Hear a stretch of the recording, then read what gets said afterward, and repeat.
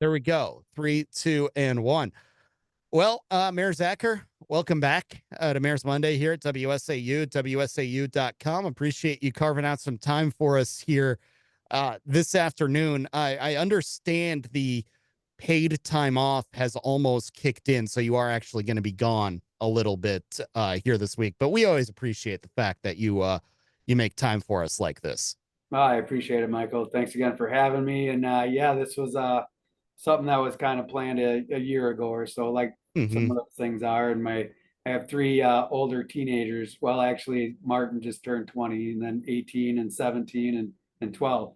So, anyways, it's a time that I still get to spend with them. So I've kind of batted it back and forth. Like my wife Jenny said, it's fine if I do stay home, and but in the end, I feel like it's still that opportunity. Oh yeah. So I'm going to take them up on it, but I am connected to every department head by phone, and I've set myself up because I'm really more of a person on the move anyways. I don't sit in the office waiting for things to happen. I'd rather be out and talking and communicating with people continuously. So I'll be able to do that from down there and make sure if I'm needed. But again, everybody here is pretty self-sufficient and professional and Mhm. smart and make things go, and they'll let me know if they need me for anything.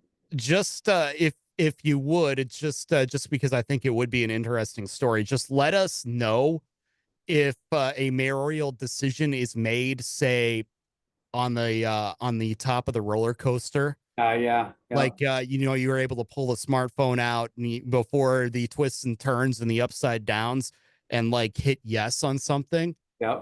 That would be an That, interesting. yep. That'd be an interesting story. Can you let us know if that happens? Well, actually, what's even more interesting about that is in Pensacola Beach, which is where we're probably going to spend some time in that area. Hmm. There's been a few shark attacks in the Gulf right now, so maybe let you know if that happens.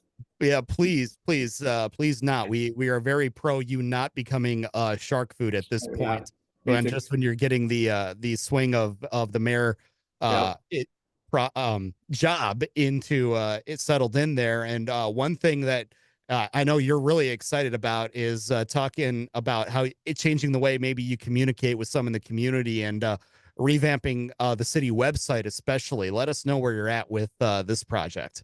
Yeah, this has been right from the get-go. I've always, even in the campaign, I talked about communication and I know there's the two types obviously that I refer to. One is internal within the organization itself, and then once we get that set and we're moving forward together, then we can reach out to in a more organized fashion to the residents and the businesses and be able to communicate. So quickly found out from everybody here that we're all in favor of a new updated website that can do more of the things that we need to do in order to communicate more effectively what's going on in the city with the residents and the businesses that are paying for us to do the work. So we are just in the final stages of deciding who we want to go with. And then we reached out to all the department heads to make sure they're a part of the communication process, since that's what we're working towards. And then we're actually doing a community public communication survey right now, working on getting that out to as many people as possible. Of course, the tricky part and the reason we're doing this is because there's so many formats right now. You got some newspapers, some radio, some stuff on social media, the WRCM, which is the public channel that we Hmm. work with.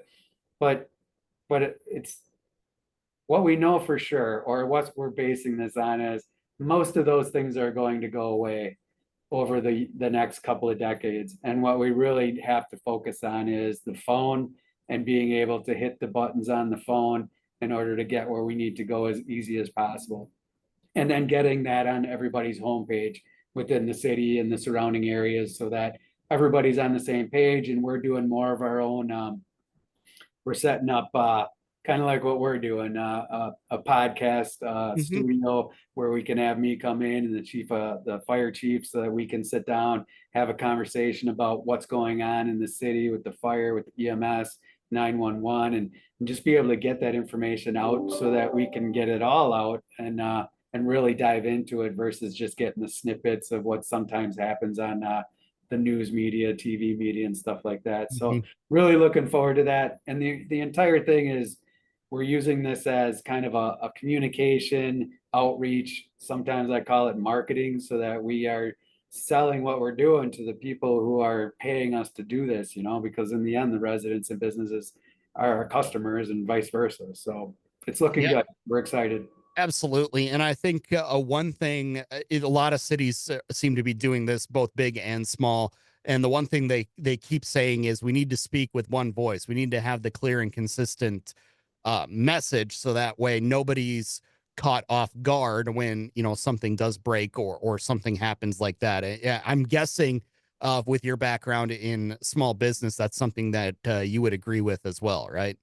Yeah, absolutely. And then to me, it's not even, and I'm not saying you're saying this, but it's not creating a story. It's just being upfront about what's going on. And the more Mhm. honest you are, and the more everybody's a part of the same conversation, the better off you're going to be, the more transparent people feel, the more they can trust you. Like, we're fighting, I don't know, we probably always fight this battle of like a segment of the population that just hates the government because Oh, of course. everybody in government's trying to take their stuff or, overreach and all that. But the more people we can reach from that side and just help build the hope, build the, help them reach their dreams. I always talk about business because I know that business is important. One, it gives you your own future, your own dreams, your own goals.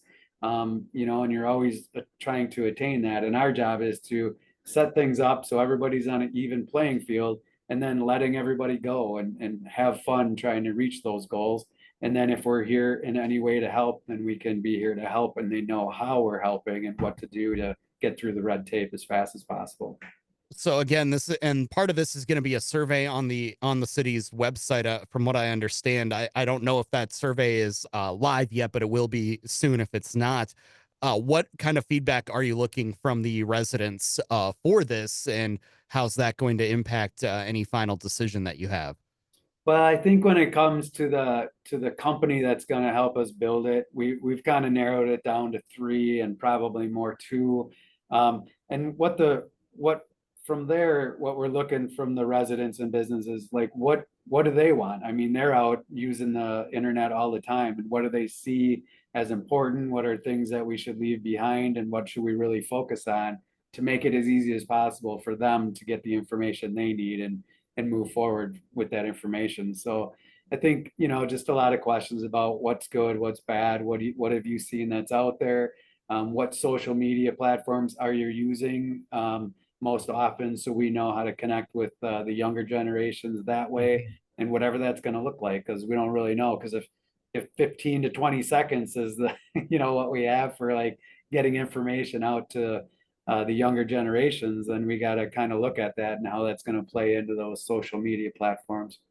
And I can tell you on my end, 15 to 20 seconds is a very long soundbite. If I can get it down to under 10, Yeah. that's And it's even better. all stuff we have to figure out, like, Mhm. but at the same time, stay connected to the older generations that are going to continue to use those Mhm. platforms until, life kind of, cycles through, I guess. Yeah, exactly. And again, I can tell you from our end, things like that, the fewer emails that we have to send, the fewer wait, I don't know who to contact on this we can go through, the absolute better, especially in this day and age when, yes, the news cycle is working very quickly, and a story can become outdated very quickly as well if we don't get uh, in contact with the right person at the right time.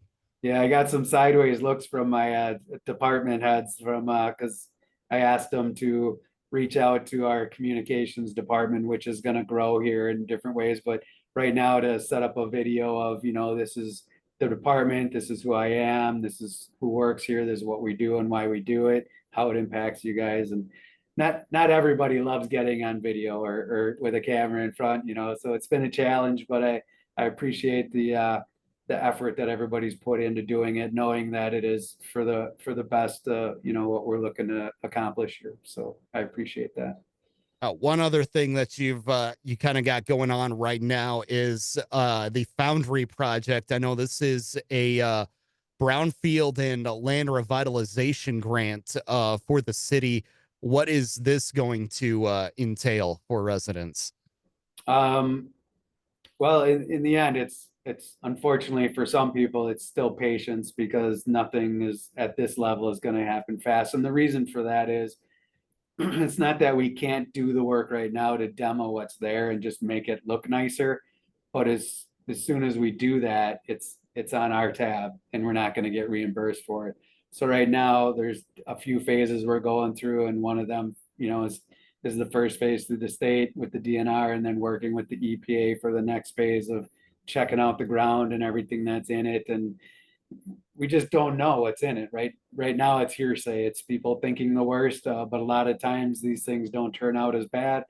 But at the same time, if we don't go through the proper channels and get the paperwork in place and bide our time, then again, we end up flipping the bill versus the grants that we can get that are out there. So I look forward to it. It's in my neighborhood and in my backyard a little bit in terms of wanting to get it out there is great. And I understand all that. And the sooner the better. And again, as much as I say I want to come in like a whirlwind and see if I can keep things sped up and moving forward, you can, but at the Mhm. same time, you kind of can't either because you can't just do it and then hope for the best. And some people say, well, what's better to ask for permission or ask for forgiveness? And I'm like, Oh well, yeah. that's fine at the lower, like if depends on what you have to lose. And at Mhm. this level, if we do it and we think that we're going to get away with something, you're not, and then you got a lot to lose. And really, it's the community that's losing. It's not necessarily me personally. So I have a lot to think about and a lot of weight on there. But by all means, we do want to see that go away. And there's some discussion again with the mill and the craft mill. That big part of if they're pretty sure at this point that there's nobody that's going to come forward and say they want to start making pulp again or even Mhm. chips and OSB board or anything like that. We've kind of went down, or they've went down all these avenues.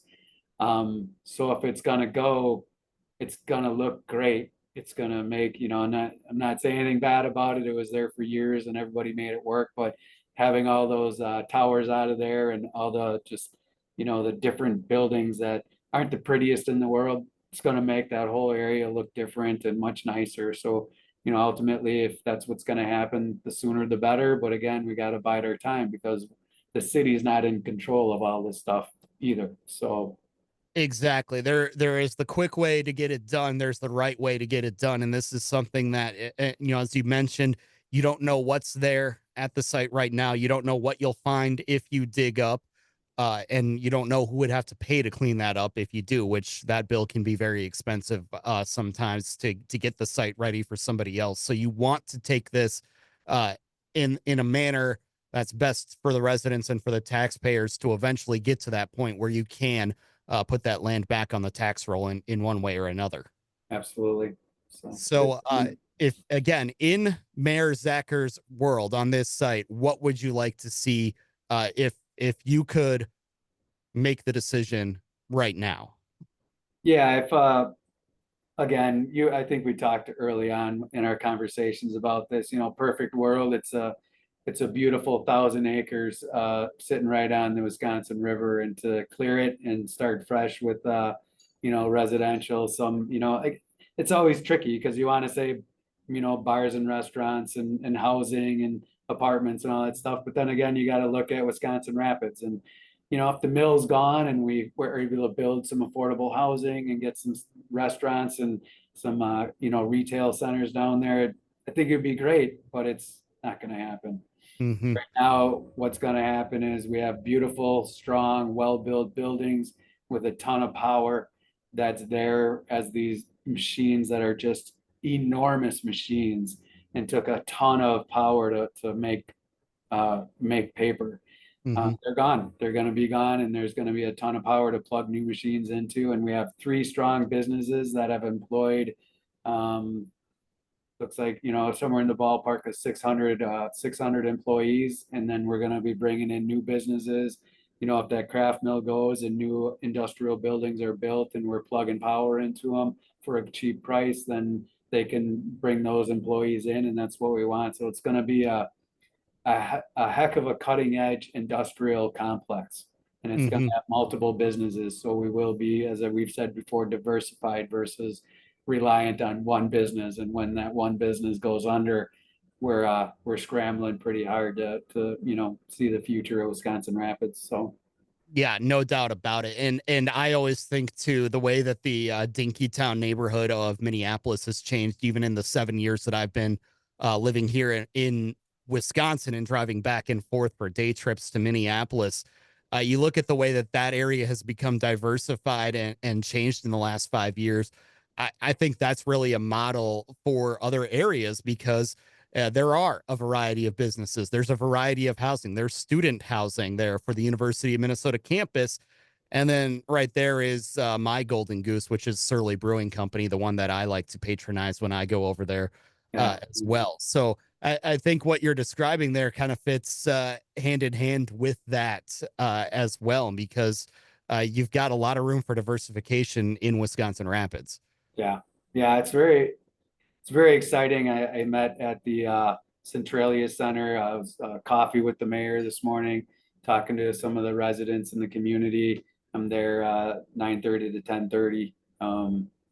And it was just a great conversation, pretty spirited one actually, but at the same time, it's just talking about all these things that are happening and the transition from, I mean, we're always in a state of transition, but right now it's a big state. Like for a long time, things were kind of just let be, and now more people are concerned about, hey, if we're trying to bring in new residents and new businesses, we really should clean up some of the stuff that's here. That's why we want to get the foundry down and looking nice, but there's also houses, that have been let go for a long time. Mhm. So now we're dealing with, okay, how do you deal with the residents who have, messy yards, like beyond just, whatever.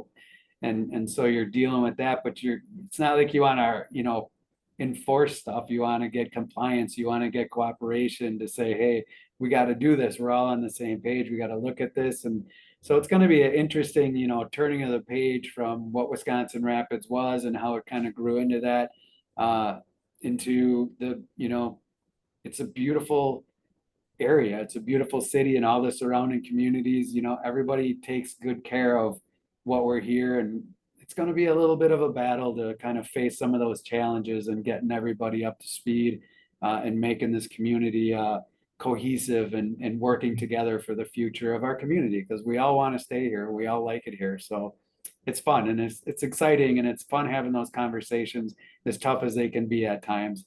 It's still fun having them and moving forward together as a community. Well, Mayor Matt, we always appreciate the time. We'll look forward to chatting again next month. Appreciate it, Michael. Have a good one.